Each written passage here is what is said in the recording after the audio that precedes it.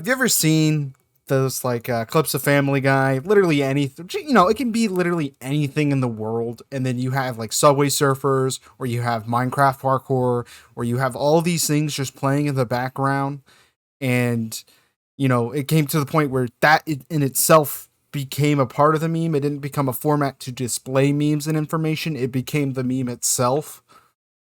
Well, the other day I ran into one of those, and it made me think about just how our attention spans, this whole generations is really just going down the toilet.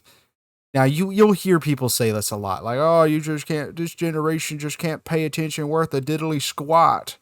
And there is merit to that, but these people who say all these things never really look at the big picture. They just complain. They don't go, "Well, how does this affect the next generation? How does this influence the education of millions? How does this there's never any heartful conversation about this idea of how the human attention span is changing due to the increase and influx of several different kinds of technology, such as smartphones, and then from the smartphones came the TikTok and all these platforms and tools that are giving us ways to consume media and information and ideas and concepts in even shorter amount of times. Nobody looks at that and goes, "Well, how do we talk about this heartfully?" It's always like, "Oh, this sucks. Oh, you guys can't pay attention. Oh, squirrel, squirrel." It's never this idea of "Well, what do we do about it?" or "How bad is this really?" So that's what this video is about. It's an unscripted conversation about the ideas of our attention spans getting lower. And I know what you're thinking. Man, this is boring already. And so instead of my normal COD commentary, I've actually incorporated some other assortment of medias to keep you satisfied. And yes, this will be on the channel for longer than just this video.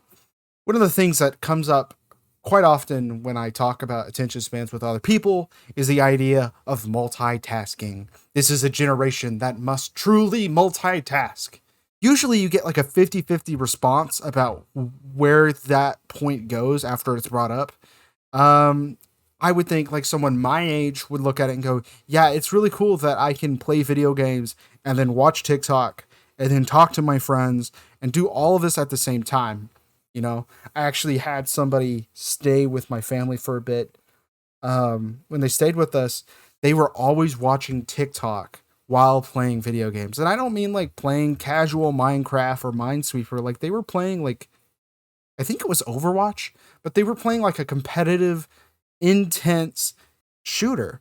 But they were also just watching TikTok, and then they would face call a friend, and then they were doing all these things all at the same time, and it just absolutely bewildered me.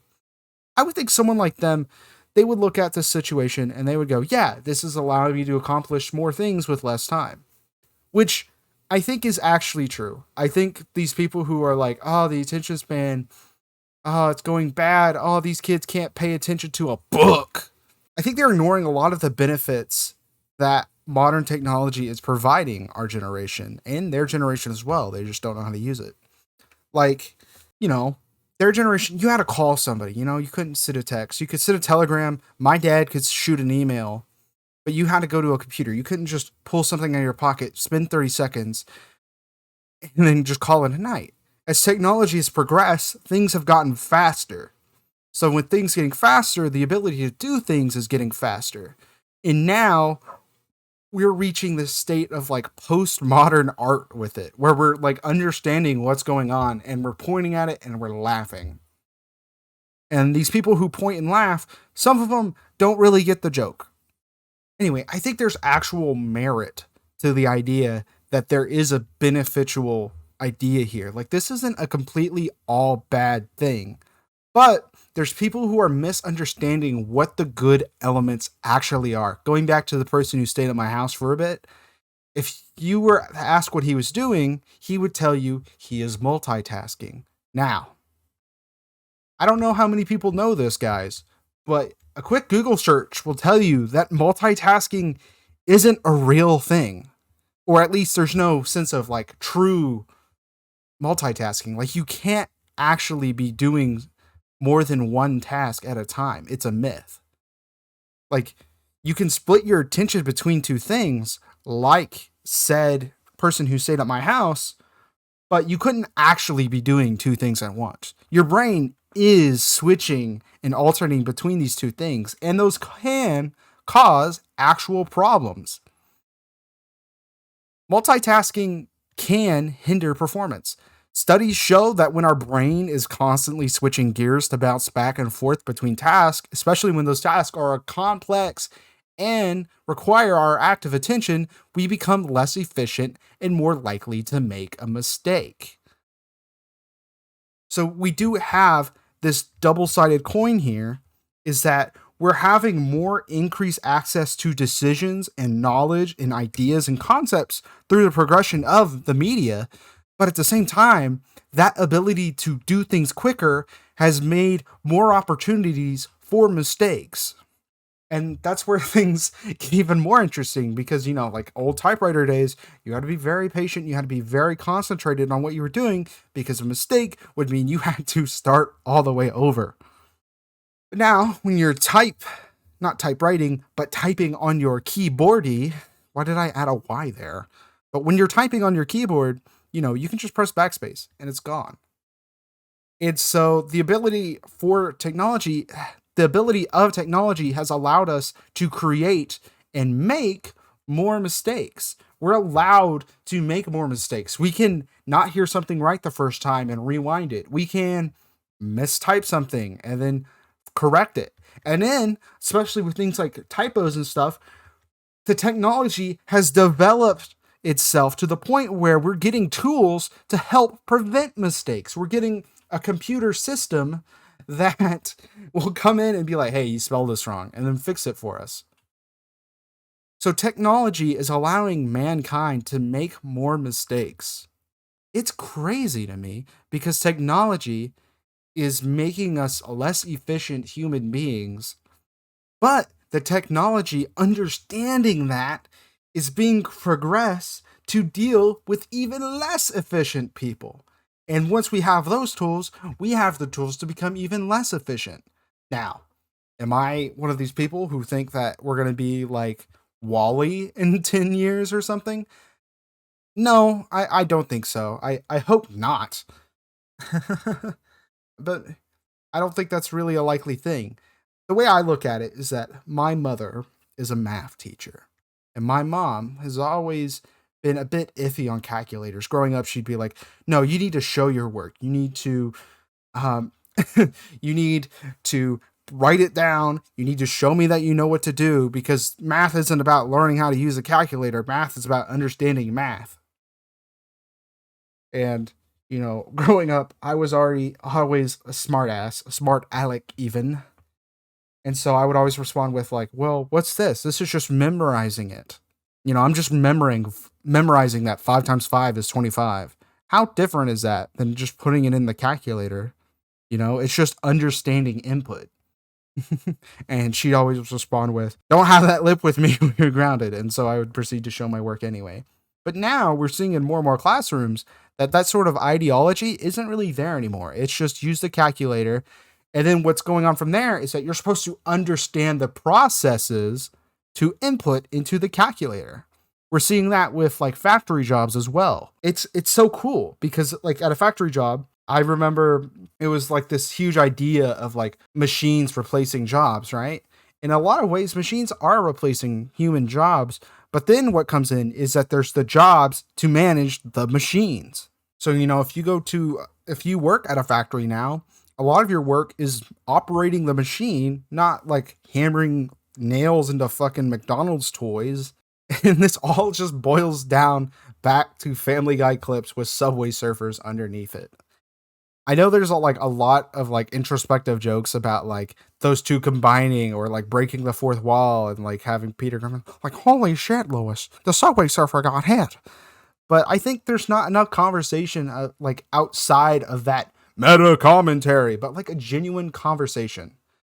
And me discussing about the evolution of meta commentary in media is another video that should be made, but I'm not trying to put all my eggs in this one COD commentary basket, So maybe some other time. So this has been a long-winded way of me saying, hey guys, this is what's happening. This is my perspective of what's happening anyway. And yeah, it's not an entirely bad thing. I am a kind of person who likes to listen to music while I work.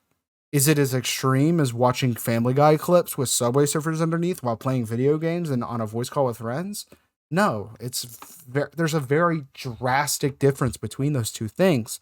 But I'd be a hypocrite for not acknowledging that we're on this sort of spectrum of this false multitasking slash just that sort of attention span thing. You know, I get bored if I'm not listening to music. I feel like I'm wasting more time. I get dull.